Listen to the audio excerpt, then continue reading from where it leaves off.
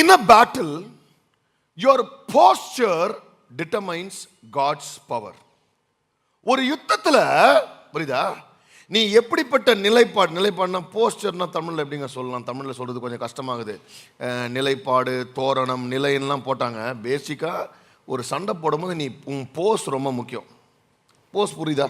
Right, Bose, pastor. Right, என்ன நடக்குது பாருங்க. When there's a battle happening, Exodus chapter 17 verse 9 to 11, யாத்ராகமம் 17 9 11 வாசிங்க. அப்பொழுது மோசே யோசுவாவை நோக்கி நீ நமக்காக மனிதரை தெரிந்து கொண்டு புறப்பட்டு அமலேக்கோடு யுத்தம் பண்ணு. நாளைக்கு நான் மலை உச்சியில் தேவனுடைய கோலை என் கையில் பிடித்துக் கொண்டு நிற்பேன் என்றார். நீ என்ன பண்ணு, யுத்தம் பண்ணு, நான் என்ன பண்ணுவேன், கோலை பிடிச்சுனே நானு நிற்பேன். யோசுவா தனக்கு மோசே சொன்னபடியே செய்து அமலேக்கோடு யுத்தம் பண்ணினான். அதாவது இவரு கையை பிடிச்சுக்கிறார், நம்மால் சண்டை போட்டுனேங்கிறார். ஆனா மோசேயும் ஆரோனும் ஊர் என்பவனும் மலை உச்சியில் ஏறினார்கள். மோசே தன் கையை ஏறெடுத்திருக்கையில் கையை தூக்கும் போது இஸ்ரவேலர் மேற்கொண்டார்கள். அதாவது when Moses lifted his hands, the Israelites won.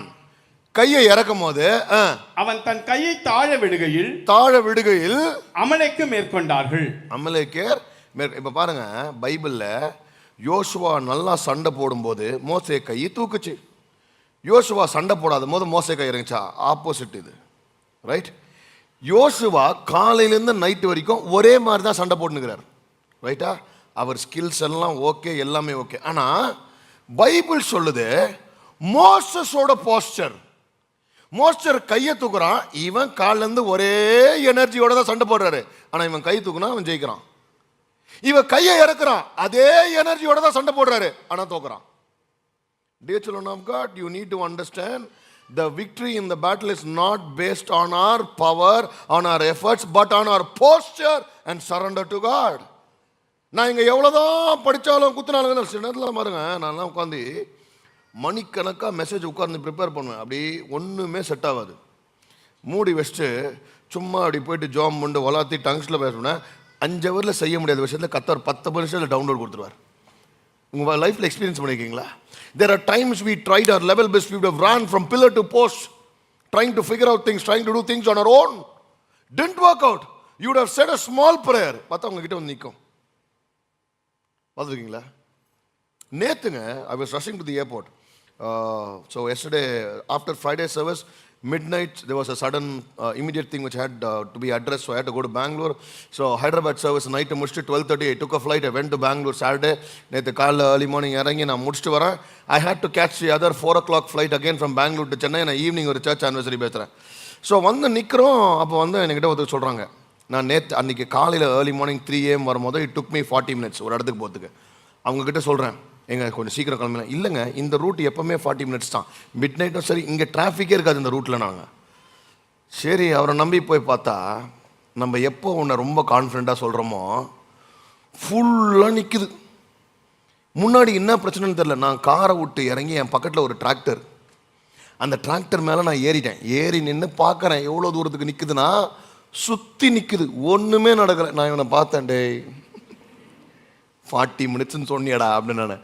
சரியா? But then I just did one simple prayer. I said, Lord, I need your favor in this traffic.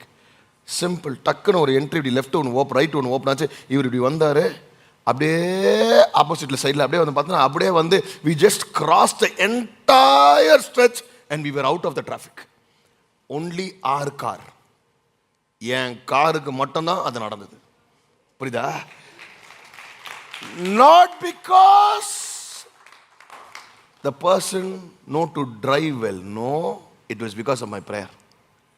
Right? ஆனால் இன்னைக்கு நான் சொல்கிறேன், lifting hands. மோசே என்ன சொல்கிறான், Lord, I cannot win without you.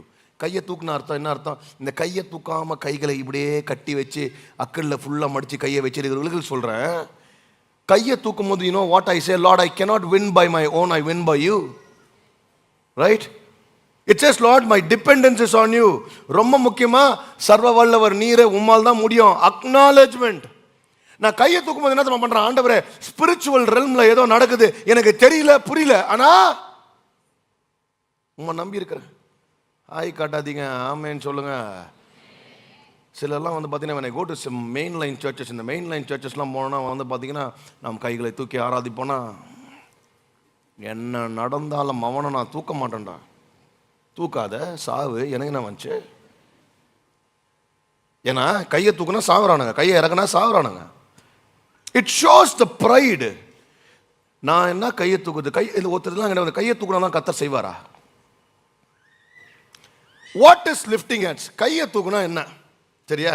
இப்போ பேசிக்கான ஒரு விஷயம், கையை தூக்குறது கூட அர்த்தம் என்ன? தூக்குமா? இப்போ என் பக்கத்தில் ஒரு குழந்தை கையை தூக்கி நிற்கிறதுனா என்ன அர்த்தம்? What is the child expecting? கையை தூக்குனா பேசிக்கா அந்த குழந்தைய நான் தூக்கிடுவேன்.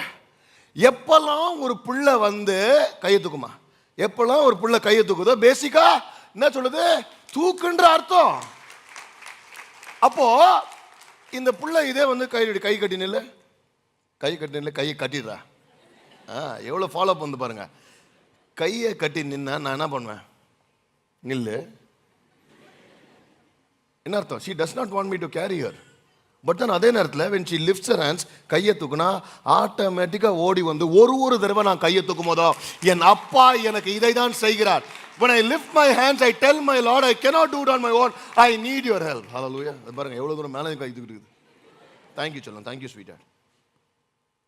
நான் இப்போ புரியுதா ஏன் நான் கையை தூக்குறேன்?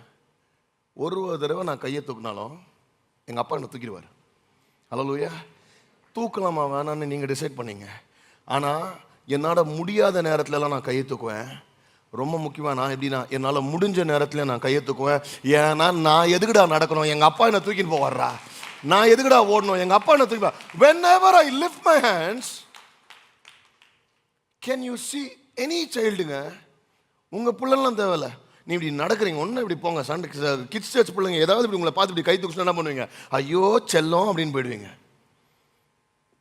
நீ எவ்வளோ பெரிய ஒரு கடினமான இருதயம் உள்ள ஒரு இருமாப்பான ஆளாக இருந்தாலும் ஒரு குழந்தை கையை தூக்குச்சுன்னா,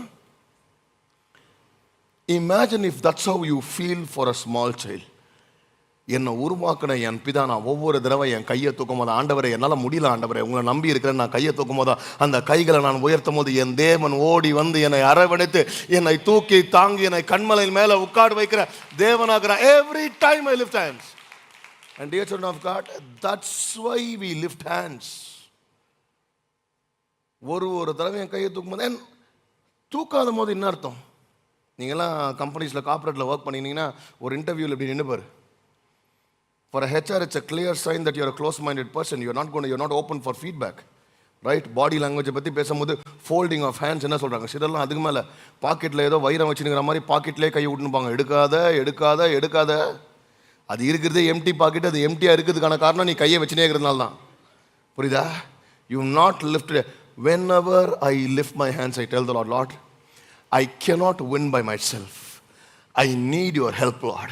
As I lift my hands, எனக்காக நான் கையை உயர்த்த எனக்காக என் தேவன் நான் மேலே கையை உயர்த்த கீழே எனக்காக அவர் ஜெயத்தை கொடுக்கிற தேவனாகிறார்.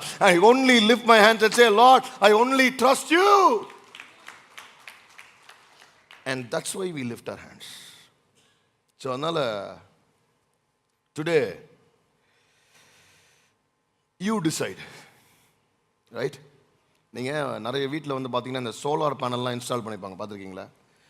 The solar panel, if it has to generate electricity, the solar panel has to be tilted towards the sun.